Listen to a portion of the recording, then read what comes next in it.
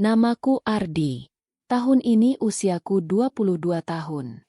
Secara usia, orang-orang mungkin menganggapku sudah dewasa. Tapi sejak ibu meninggal 3 tahun lalu, ada bagian dalam diriku yang seperti berhenti tumbuh. Kami dulu keluarga sederhana yang hangat. Ibu adalah pusat segalanya. Ia selalu bangun paling pagi, menyiapkan sarapan, menyetrika bajuku, bahkan masih mengingatkanku membawa payung saat langit mendung. Aku anak tunggal. Terlalu dimanjakan. Mungkin. Sampai suatu pagi, semuanya berubah. Ibu jatuh sakit. Cepat. Terlalu cepat. Dalam waktu 6 bulan, rumah yang dulu penuh tawa berubah menjadi rumah yang dipenuhi bau obat dan suara mesin oksigen. Dan ketika ibu benar-benar pergi, yang tersisa hanya kesunyian. Ayah berubah menjadi pribadi yang lebih pendiam. Ia lebih sering pulang larut, seolah tak sanggup menghadapi rumah yang terlalu banyak menyimpan kenangan. Setahun setelah ibu meninggal, ayah memperkenalkanku pada seorang perempuan. Namanya Rina. Ia seorang janda, usia 38 tahun. Katanya, suaminya meninggal karena kecelakaan kerja. Ia tidak punya anak.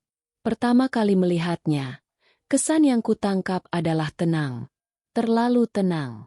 Wajahnya lembut, tutur katanya pelan, dan sorot matanya menyimpan sesuatu yang sulit kutebak. Aku tidak langsung menyukainya. Bukan karena ia jahat atau kasar. Justru sebaliknya. Ia terlalu baik, terlalu sopan, terlalu berusaha tidak mengganggu posisiku sebagai anak satu-satunya. 3 bulan setelah perkenalan itu, ayah menikahinya. Dan sejak saat itu, Rina resmi menjadi ibu tiriku. Awalnya aku menjaga jarak. Kupanggil ia, Bu Rina. Bukan, Ibu. Rasanya aneh menyebut orang lain dengan panggilan yang dulu hanya milik satu orang. Rumah kami tidak besar. 2 kamar di lantai atas, 1 kamar tamu di bawah, ruang keluarga, dapur kecil, dan teras yang menghadap jalan sempit. Rumah itu terasa semakin sunyi karena ayah sering dinas luar kota. Pekerjaannya menuntutnya pergi berhari-hari, bahkan berminggu-minggu. Dan setiap kali ayah pergi, hanya ada aku dan Rina di rumah. Hari-hari awal terasa canggung. Kami seperti 2 orang asing yang terpaksa berbagi atap. Ia memasak, aku makan. Ia membersihkan rumah, aku masuk kamar. Percakapan kami sekadar, sudah makan? Atau, ayahmu telepon tadi. Namun, semakin waktu berjalan, aku mulai memperhatikan hal-hal kecil. Cara Rina mengikat rambutnya ketika memasak. Cara ia menggigit bibir saat berpikir. Cara ia tertawa kecil ketika menonton acara komedi di televisi. Hal-hal sederhana yang seharusnya biasa saja. Tapi entah mengapa, semuanya mulai terasa berbeda. Aku sering pulang lebih cepat dari kampus hanya untuk mendapati rumah dalam keadaan sepi. Kadang Rina sedang menyiram tanaman di depan. Kadang ia duduk di ruang tamu membaca buku. Kadang ia berdiri di dapur dengan cahaya matahari sore yang masuk dari jendela, membuat siluet tubuhnya tampak hangat dan lembut. Aku mulai merasa aneh. Awalnya kupikir itu hanya kekaguman biasa. Mungkin karena sudah lama rumah ini tidak memiliki sosok perempuan dewasa. Namun perasaan itu tumbuh perlahan. Aku mulai memperhatikan aroma parfumnya. Mulai menyadari detak jantungku berubah ketika ia berdiri terlalu dekat. Mulai merasa gelisah saat mendengar suaranya memanggil namaku. Setiap malam, ketika aku masuk kamar, pikiranku tidak lagi sepenuhnya tenang.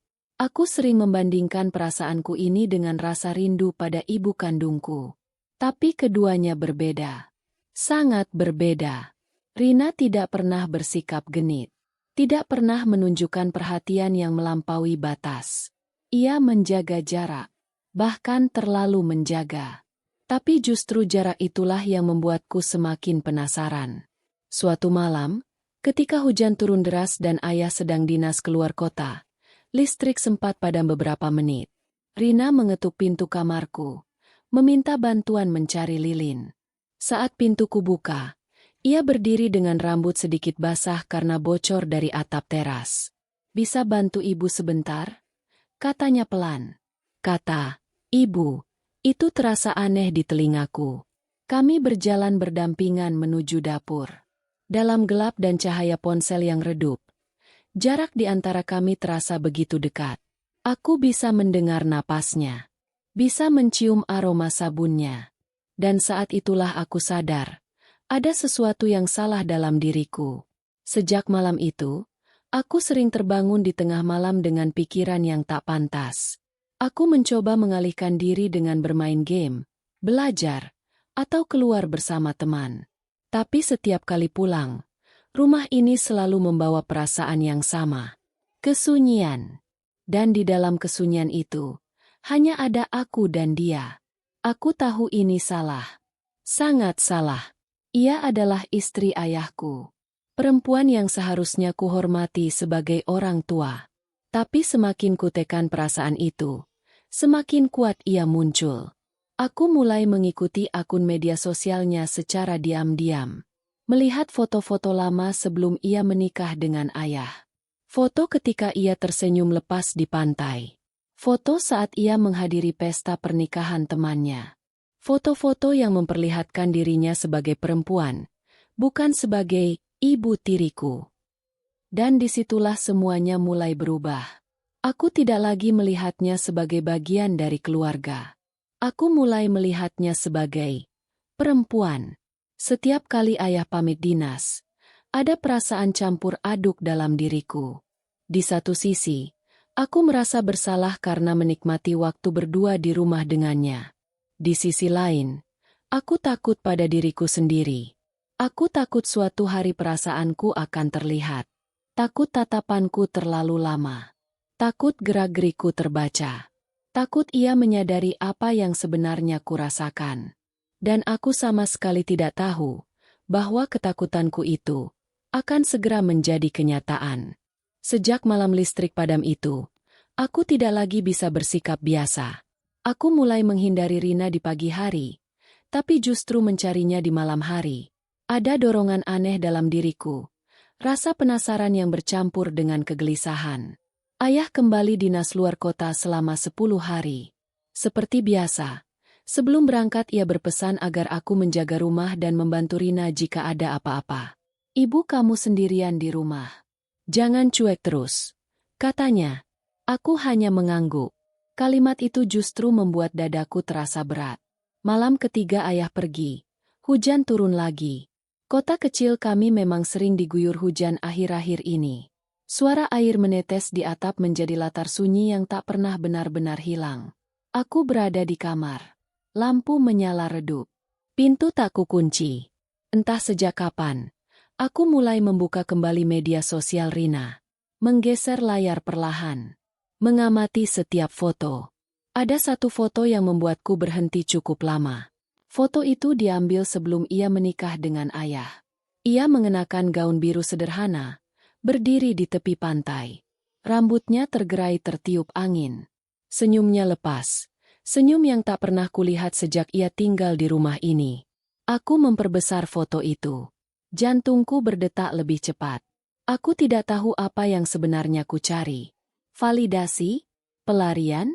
Atau sekadar membenarkan perasaan yang seharusnya tidak ada? Tanganku bergetar ketika tanpa sadar aku membuka folder unduhan di ponsel. Foto-foto itu sudah kusimpan diam-diam beberapa hari lalu.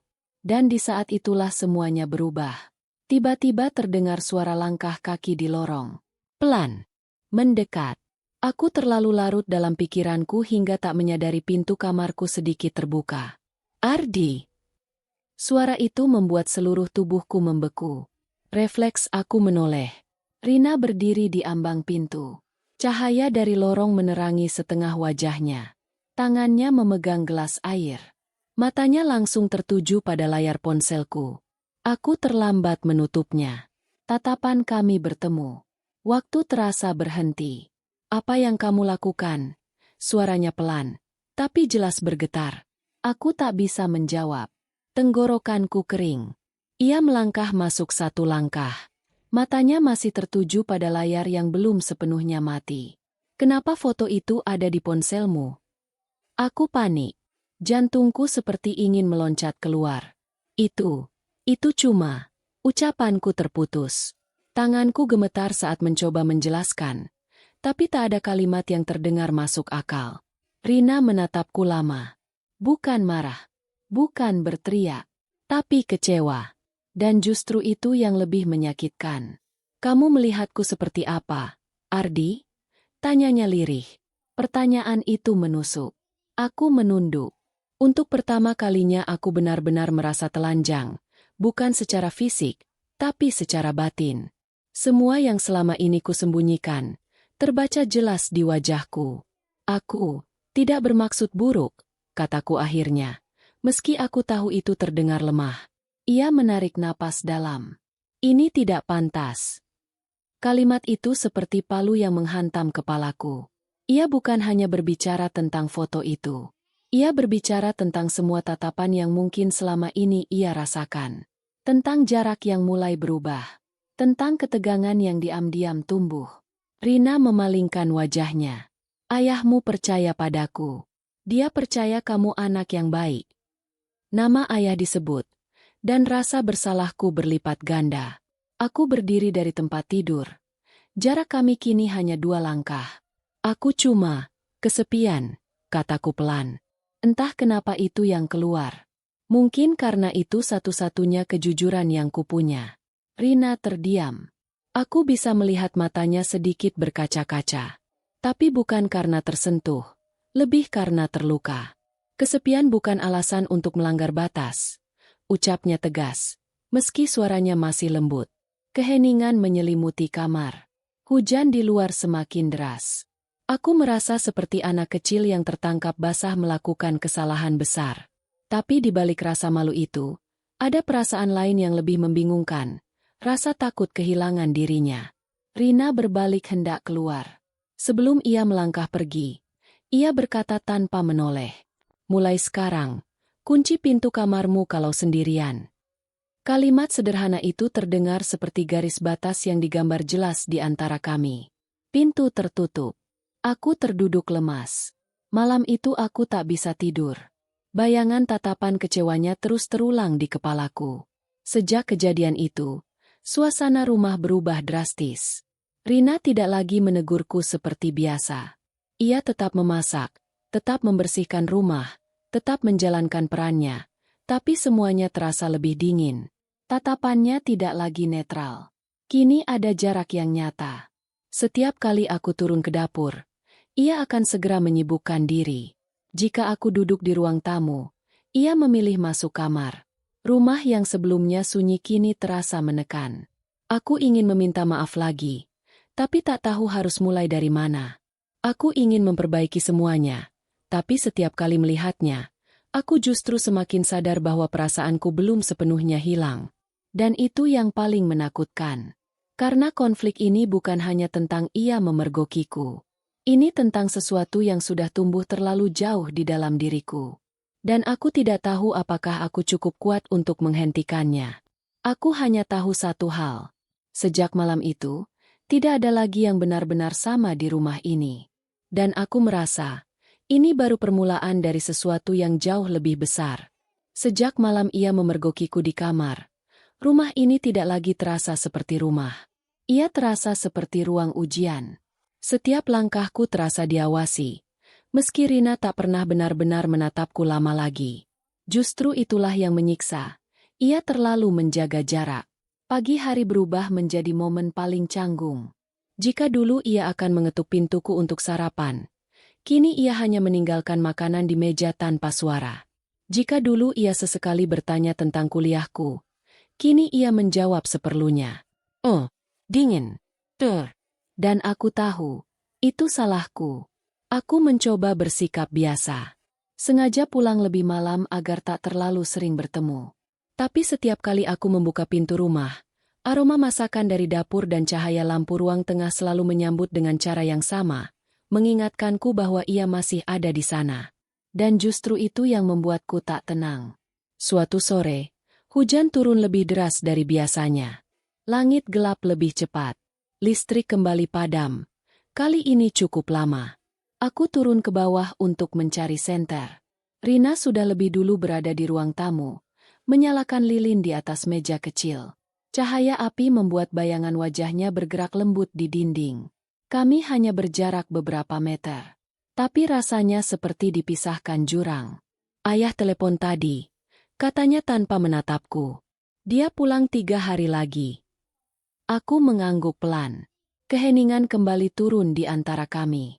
Hujan terdengar seperti suara statis yang memenuhi ruang. Aku tidak tahu kenapa, tapi mungkin karena gelap dan sunyi membuat pertahananku melemah. Aku duduk di kursi seberangnya. Bu, suaraku terdengar asing di telingaku sendiri. Ia sedikit mengangkat wajahnya, tapi tetap menjaga jarak. Aku minta maaf soal malam itu. Kalimat itu sebenarnya sudah ingin kukatakan sejak lama, tapi selalu tertahan. Ia tak langsung menjawab. Aku tidak ingin rumah ini jadi tidak nyaman, lanjutku. Aku tidak ingin ibu merasa tidak aman. Kata itu berat keluar dari mulutku. Rina akhirnya menatapku. Tatapan itu berbeda dari sebelumnya. Tidak lagi sekadar kecewa. Ada sesuatu yang lebih rumit di sana. Ardi, katanya pelan. Yang membuat rumah ini tidak nyaman bukan hanya tindakanmu malam itu. Aku terdiam. Aku bisa merasakan perubahan itu bahkan sebelum aku memergokimu. Dadaku seperti ditarik. Tatapanmu. Caramu berdiri terlalu dekat. Cara kamu menghindar tapi sekaligus memperhatikan. Aku tak bisa menyangkal. Karena semuanya benar. Aku mencoba menganggap itu hanya perasaanku saja. Lanjutnya. Tapi malam itu memastikan semuanya. Hujan di luar semakin keras. Lilin di meja bergetar tertiup angin dari jendela yang sedikit terbuka. Aku tidak ingin kamu membenciku. Ucapku lirih. Rina menghela napas panjang. Aku tidak membencimu. Aku khawatir. Khawatir. Kamu masih menyimpan luka kehilangan ibumu. Dan luka itu bisa berubah menjadi sesuatu yang salah kalau tidak kamu pahami. Kata-katanya membuatku terpukul. Selama ini aku selalu mengira perasaanku murni karena ketertarikan. Tapi mendengar itu, aku mulai ragu pada diriku sendiri. Tapi ini bukan cuma soal kehilangan. Suaraku mengecil. Rina langsung menangkap maksudku. Justru itu yang berbahaya, katanya tegas. Keheningan kembali turun. Kali ini lebih berat. Aku bisa merasakan emosi campur aduk dalam diriku. Malu, bingung, marah pada diri sendiri, dan entah kenapa. Masih ada sisa perasaan yang belum sepenuhnya padam. 3 hari sebelum ayah pulang, ketegangan semakin terasa. Aku bermimpi tentang Rina 2 malam berturut-turut. Mimpi yang membuatku bangun dengan napas terengah dan rasa bersalah yang menyesakkan. Di siang hari, aku mencoba menjauh. Tapi semakin aku menjauh, semakin pikiranku kembali padanya. Suatu malam, ketika aku turun untuk mengambil air minum, aku mendapati Rina sedang duduk sendirian di dapur. Lampu sudah menyala kembali. Tapi suasana tetap sunyi. Ia tampak lelah. Rambutnya terurai. Tangannya memijat pelipis. Entah dorongan apa yang membuatku mendekat. Ibu sakit? Tanyaku pelan. Ia menggeleng. Cuma pusing. Aku berdiri terlalu dekat lagi. Dan ia menyadarinya. Ia menoleh cepat. Tatapan kami kembali bertemu dalam jarak yang tak seharusnya. Untuk sepersekian detik, tak ada yang bergerak. Aku bisa mendengar napasku sendiri. Lalu ia mundur 1 langkah. Gerakan kecil itu terasa seperti tamparan. Ini yang aku maksud, katanya pelan. Aku tersadar. Tubuhku otomatis ikut mundur. Aku tidak bisa terus seperti ini. Lanjutnya, suaranya mulai bergetar. Aku tidak bisa setiap hari merasa harus waspada di rumahku sendiri. Kalimat itu menghantam lebih keras dari apapun. Aku tidak pernah berniat membuatnya merasa tidak aman. Tapi kenyataannya, itulah yang terjadi. Dan untuk pertama kalinya, aku benar-benar melihat dampak dari perasaanku. Bukan lagi sekadar gejolak batin remaja. Tapi ancaman terhadap kehormatan dan kepercayaan keluarga kami. Aku akan menjauh, kataku cepat. Bukan menjauh dariku, jawabnya. Tapi kamu harus belajar mengendalikan dirimu. Matanya berkaca-kaca. Aku tidak ingin semua ini menghancurkan hubunganmu dengan ayahmu. Nama ayah kembali disebut. Dan kali ini terasa seperti alarm keras di kepalaku. Aku membayangkan wajah ayah jika ia tahu semuanya. Kepercayaan yang ia berikan padaku. Kepercayaan yang ia berikan pada Rina. Semua bisa runtuh. Malam itu aku kembali ke kamar dengan kepala penuh suara. Untuk pertama kalinya, aku mempertanyakan bukan hanya perasaanku, tapi diriku sendiri. Apakah ini cinta? Atau hanya pelarian dari kehilangan? Apakah ini keinginan? Atau sekadar kebutuhan akan sosok yang mengisi kekosongan? Dan semakin aku berpikir, semakin aku takut pada jawabannya. Karena satu hal menjadi jelas. Konflik ini tidak lagi hanya tentang rasa yang salah. Ini tentang batas yang terus diuji. Tentang kepercayaan yang berada di ujung tanduk. Tentang rumah yang perlahan berubah menjadi medan perang sunyi. Dan dengan ayah yang akan pulang 3 hari lagi, aku tahu, sesuatu yang lebih besar sedang menunggu untuk meledak. Hari kepulangan ayah tiba lebih cepat dari yang kubayangkan. Sejak pagi, suasana rumah terasa berbeda. Rina bangun lebih awal. Ia memasak makanan favorit ayah, rendang dan sayur asem. Aroma bumbu memenuhi seluruh ruangan. Tapi bagiku bau itu justru terasa menyesakkan. Karena aku tahu, hari ini segalanya bisa berubah. Aku menghindari berada terlalu lama di dapur. Setiap kali berpapasan dengan Rina, kami hanya saling menatap sekilas lalu memalingkan wajah. Tidak ada lagi pembicaraan panjang seperti malam saat listrik padam. Tidak ada lagi diskusi tentang batasan. Yang ada hanya jarak kaku yang belum benar-benar sembuh.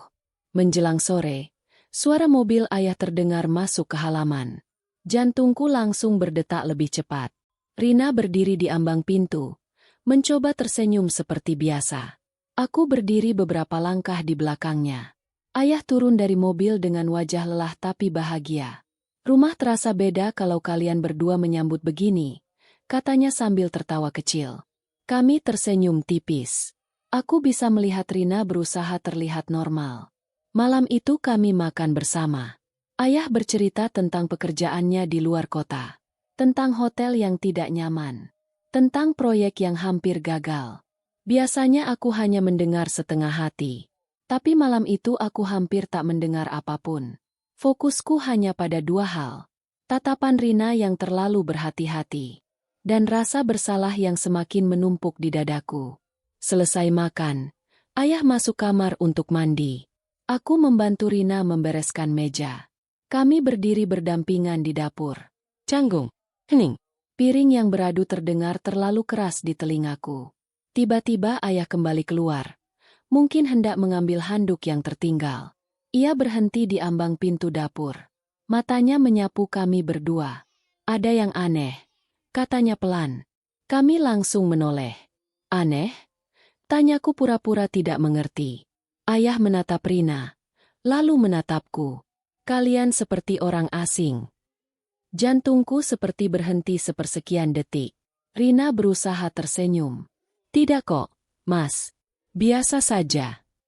Ayah tidak terlihat yakin. Ia melangkah lebih dekat. Ada apa selama saya pergi? Keheningan jatuh begitu berat. Aku bisa merasakan napas Rina berubah. Ia menggenggam ujung lap di tangannya lebih erat. Ayah bukan orang yang mudah marah. Tapi ia sangat peka terhadap perubahan suasana. Dan rumah ini jelas tidak lagi sama. Ardi. Panggilnya. Nada suaranya tegas. Aku tahu ini saatnya memilih. Terus berbohong dan membiarkan ketegangan ini membusuk. Atau jujur dan menghadapi akibatnya. Aku menatap Rina. Ia tidak berkata apa-apa. Tapi sorot matanya seperti berkata, jangan hancurkan semuanya. Dadaku terasa sesak. Namun justru karena itulah, aku sadar aku tidak bisa terus bersembunyi. Ayah. Suaraku bergetar. Aku melakukan kesalahan. Rina langsung menoleh cepat ke arahku. Ayah mengerutkan kening. Kesalahan apa? Tanganku terasa dingin. Aku sudah bersikap tidak pantas pada Bu Rina. Kalimat itu menggantung di udara seperti pisau tajam. Ayah membeku. Wajahnya berubah. Apa maksud kamu? Aku menelan ludah. Aku menyimpan perasaan yang tidak seharusnya. Keheningan total. Suara jam dinding terdengar jelas berdetak. Rina memejamkan mata sesaat. Ayah menatapku seolah tak percaya. Kamu sadar kamu bicara apa? Aku mengangguk. Meski lututku terasa lemas. Aku tidak pernah menyentuh beliau. Tidak pernah melakukan hal fisik. Tapi perasaanku salah. Dan beliau memergokiku menyimpan foto-fotonya. Ayah mundur satu langkah. Tangannya mengepal. Untuk pertama kalinya dalam hidupku, aku melihat amarah murni di wajahnya. Berani sekali kamu. Suasana mendadak mencekam. Aku tidak pernah takut pada ayah seperti saat itu. Tapi yang lebih menyakitkan adalah rasa kecewa di matanya. Mas, Rina akhirnya bersuara. Ardi jujur. Dan dia tidak melakukan apapun selain itu. Ayah menatapnya cepat. Kamu tahu? Rina mengangguk pelan. Sudah beberapa hari. Kenapa tidak bilang? Pertanyaan itu membuat Rina terdiam. Aku pikir ini bisa selesai tanpa membuat semuanya hancur. Jawabnya lirih. Ayah berbalik menatapku lagi. Kamu ini anak saya. Saya percaya kamu. Kalimat itu lebih menyakitkan daripada bentakan. Aku menunduk dalam. Aku tahu aku salah. Ini bukan cuma salah. Suara ayah meninggi. Ini soal batas. Soal hormat. Suasana memanas. Aku bisa merasakan emosi yang selama ini kupendam kini meledak dalam bentuk penyesalan. Ayah pikir mudah buatku. Suaraku ikut naik tanpa sadar. Sejak ibu meninggal, rumah ini kosong. Aku kehilangan arah. Ruangan langsung hening. Itu pertama kalinya aku menyebut ibu dengan nada penuh luka di depan ayah. Ayah terdiam. Rina menatapku dengan mata berkaca-kaca. Dan kamu pikir menjadikan istri ayahmu pelarian itu solusi? Tanya ayah dengan suara lebih rendah, tapi jauh lebih tajam. Aku tak bisa menjawab, karena jawabannya jelas. Tidak. Air mata akhirnya jatuh tanpa bisa kutahan. Aku tidak tahu harus bagaimana, ucapku lirih. Ketegangan di ruangan itu seperti mencapai titik tertinggi. 3 orang berdiri dalam jarak yang dekat, tapi terasa sangat jauh. Ayah memejamkan mata, mencoba menenangkan diri. Rina berdiri kaku, seolah takut setiap kata berikutnya bisa menghancurkan rumah ini. Dan di titik itulah aku sadar. Inilah puncaknya. Kejujuran yang kupilih mungkin benar. Tapi konsekuensinya bisa mengubah segalanya. Rumah ini tidak akan pernah sama lagi setelah malam ini. Dan keputusan ayah berikutnya akan menentukan masa depan kami semua.